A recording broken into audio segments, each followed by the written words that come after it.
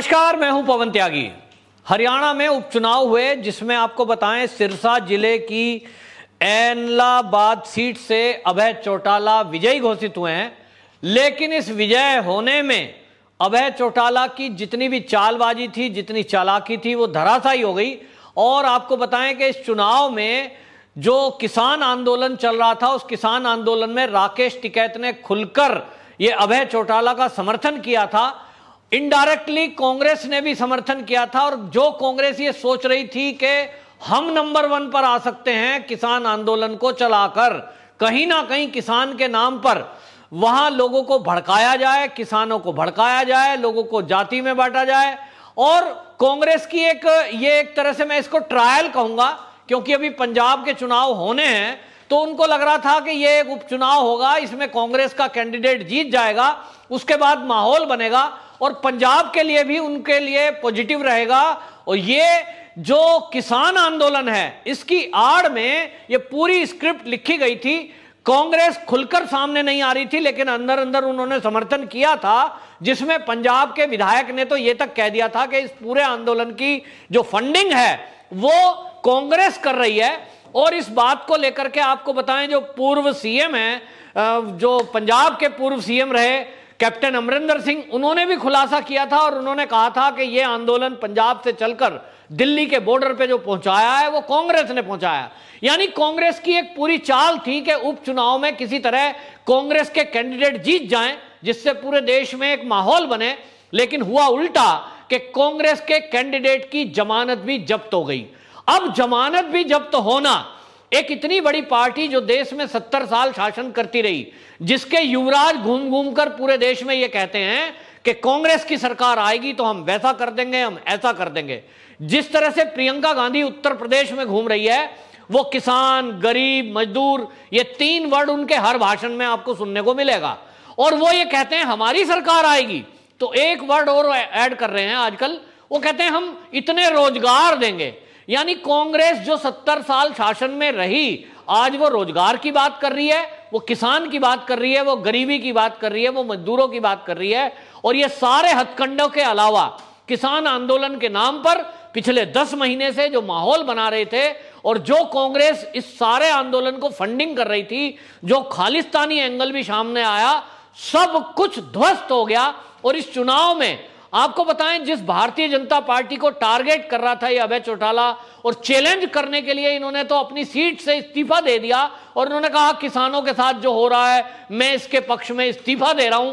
तो इसके बाद राकेश टिकैत ने एक सभा में बाकायदा सिरसा के अंदर घोषणा करी थी कि भाई, नाम नहीं लिया था उन्होंने अभय चौटाला का, लेकिन एक भाषण में उन्होंने कहा कि देखिए साथियों, एक आदमी ने 6 महीने पहले थैला रखा था, झोला रखा था, अब उसको सवाया करके लौटा दो।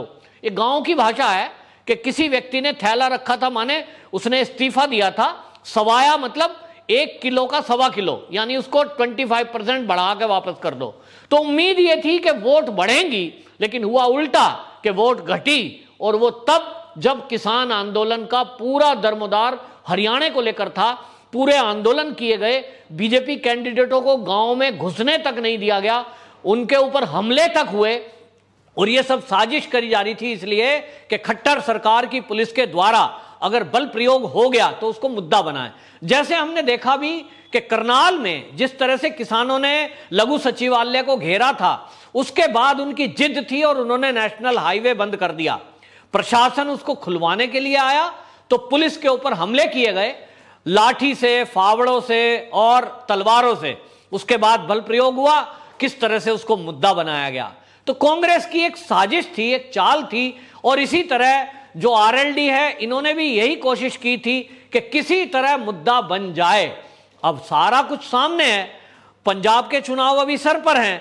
कांग्रेस का तो देखने में यह लग रहा है कि कांग्रेस जो है आज की डेट में राहुल गांधी के नेतृत्व में और प्रियंका गांधी के नेतृत्व में जो चल रही है, अभी अध्यक्ष पद के चुनाव की बात हो रही थी, लेकिन सोनिया गांधी ने तो डिक्लेयर कर दिया कि मैं हूं लाइफ टाइम अध्यक्ष। इसका मतलब चेंज कुछ नहीं होना। ढाक के 3 पात, एक है सोनिया गांधी, एक प्रियंका और राहुल। तो कांग्रेस का क्या होगा ये कांग्रेस ही सोचें।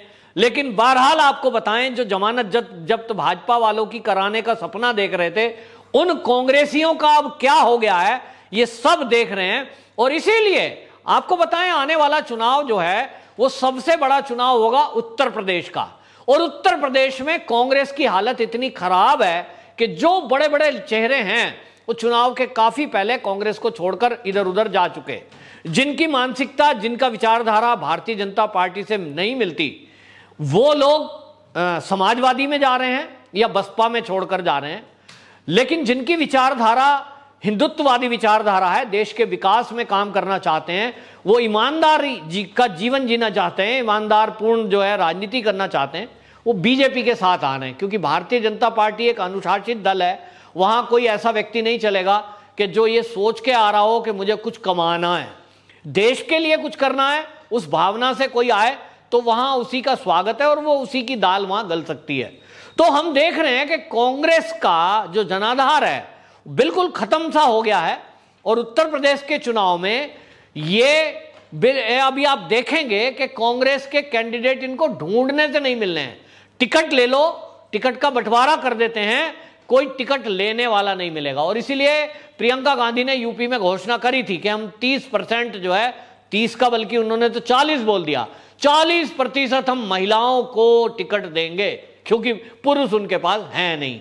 जो पुराने नेता हैं पार्टियां छोड़ के जा चुके हैं, सबको ये लग चुका है कि यहां आपका कोई आधार नहीं है। और अब जो किसान आंदोलन की परतें जैसे खुली हैं, उसमें जो कैप्टन अमरिंदर सिंह ने खुलासा किया है, कुछ विधायक पहले बोल गए, इससे यह साफ है कि पंजाब के चुनाव में भी यह मुद्दा रहेगा।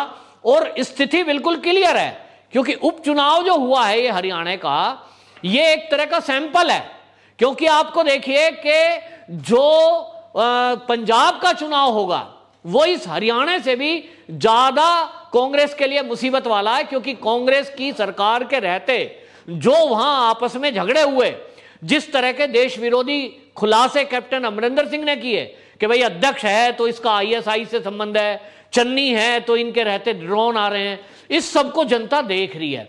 और जनता ने कांग्रेस के टाइम में 84 के दंगे भी देखे हैं। पंजाब के लोगों ने वो त्रासदी झेली है। उनके रिश्तेदार पूरे भारत में जहां जहां थे, आज भी अब कांग्रेस तो वो है जिसने जगदीश टाइटलर को कांग्रेस में शामिल कर लिया, जबकि वो 84 के दंगे के लिए दोषी है। तो कांग्रेस का तो बुरा हाल होना है और कांग्रेस खत्म होनी है। कांग्रेस मुक्त भारत जो मोदी जी का नारा है वो साकार होता दिख रहा है। और इसलिए ये किसी भी निचले स्तर की हरकत को करने से बाज नहीं आते। ये चाहेंगे तो खालिस्तानी वाले लोगों से मिल लेंगे, इनके मन में आ रहा है तो ये किसान आंदोलन फर्जी खड़ा कर देंगे। बहरहाल ये हो गया है कि कांग्रेस की हर चाल विफल हो रही है। किसान आंदोलन भी पूरी तरह फ्लॉप हो चुका है, राकेश टिकैत का खुलासा हो चुका है। और अभी हाल ही में पूनम पंडित नाम की एक महिला जो है, वो लड़की वो दिखाई दे रही थी किसान आंदोलन में, कसमें खा रही थी और उसने ग्रुप बनाया था कि हमारा राजनीति से कोई लेना देना नहीं है। वो प्रियंका गांधी के साथ खड़े होकर फोटो खिंचवाती है। साफ संकेत है कि उत्तर प्रदेश के चुनाव में बुलंदशहर से वो चुनाव में आने की मंशा से वहां मिली थी, ऐसा सूत्रों ने बताया है। तो मतलब ये जो किसान आंदोलन के नेता हैं, चाहे वो उत्तर प्रदेश के हों, चाहे वो हरियाणा के हों, चाहे वो पंजाब के हों, इन सब की मंशा एक ही रही है कि आने वाले चुनाव में विधायक का टिकट लड़ें। और जीतना इनको है नहीं, कांग्रेस के कैंडिडेट जीतने के लिए खड़े नहीं हो रहे हैं। आप पश्चिम बंगाल देख लीजिए, आप कोई भी राज्य उठा के देख लीजिए, जितने भी चुनाव हुए हैं पश्चिम बंगाल में कांग्रेस ने अपने कैंडिडेट खड़े ही नहीं करे। हारना है पहले से पता है, उपचुनाव हुआ है तो भी समर्थन दे रहे हैं। सेम हरियाणा में है, अभी पंजाब में भी यही होगा और उत्तर प्रदेश में भी यही होगा कि जो बीजेपी के वोटर नहीं हैं, या यूं कहें जो बीजेपी के विरोधी हैं, उनके पास ये जाएंगे, कुछ चंदा जुटाएंगे, कुछ पैसा इनके पास आ जाएगा। टिकट लेने के लिए कोई दे देगा, कोई टिकट लेने के बाद ले लेगा। तो मतलब कुल मिलाकर कांग्रेस का डूबती नैया है। और इसको ये लगता है कि कुछ टिकट बंटवारे को लेकर नए नए चेहरों को थोड़े थोड़े पैसे जुटा लें ताकि कुछ दिनों का काम चलता रहे, शायद ये मंशा है। जीतने की मंशा तो कांग्रेस की दिखाई नहीं दे रही। और जीतने के हिसाब से जो एक लड़ना होता है वो लड़ाई भी नहीं है। और इसीलिए आप देखिए कि कांग्रेस के जो हरियाणा के अध्यक्ष रहे हैं, पूर्व अध्यक्ष रहे हैं डॉक्टर अशोक तंवर, उन्होंने भी इस चुनाव में अभय चौटाला को ही वोट देने का आह्वान किया था और वो खुलकर किया था।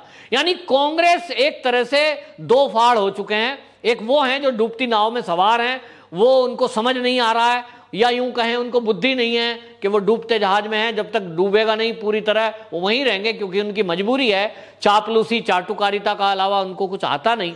जिनके पास थोड़ी बहुत बुद्धि है, जिनका स्वाभिमान जागृत है, वो कपिल सिब्बल हो गया, वो गुलाम नबी आजाद हो गए, इस टाइप के कुछ सीनियर मोस्ट लीडर, वो पार्टी लाइन से हटकर कुछ बयानबाजी कर रहे हैं जो कांग्रेस की जो अनुशासनहीनता है उसको जताता है। और उससे यह भी पता लगता है कि कांग्रेस के अंदर के लीडर किस तरह से कांग्रेस से असंतुष्ट हैं, कि कितने अपमान की बात है कि कांग्रेस जो 70 साल सत्ता में रही, हारने के लिए आज वो चुनाव मैदान में उतर रही है। और अगर वो ये कहती है, कुछ नेता कहते हैं कि हम तो जी बीजेपी को हराने के लिए आए थे मैदान में, तो तुम बीजेपी को हराने के लिए अगर अपनी विचारधारा त्याग कर किसी टीएमसी या किसी पार्टी के साथ मिलकर खड़े हो रहे हो, और तब भी बीजेपी को हरा नहीं पाओगे, क्योंकि ये उपचुनाव है। एक केवल जिले का एक सीट का चुनाव था, वहां पर पूरा फोकस रखा गया किसान नेताओं के द्वारा भी। और इसके बाद यदि चुनाव होगा तो विधानसभा का हो या लोकसभा का, वो विकास के नाम पर होगा, वो ईमानदारी के नाम पर होगा, वो भ्रष्टाचार मुक्त सरकार देने के नाम पर होगा, वो कानून व्यवस्था के नाम पर होगा, जहां और कोई दल टिकता नहीं है। तो भारतीय जनता पार्टी के विकास के रथ को रोकना इन किसी के हाथ में नहीं है। और वो विकास सरकार आने के बाद ही होगा। जो आप अब देखेंगे अगले 5 राज्यों के चुनाव हैं, उसमें भी भारतीय जनता पार्टी की ही सरकार बनेगी। इस उपचुनाव से यह तय हो गया है। वंदे मातरम।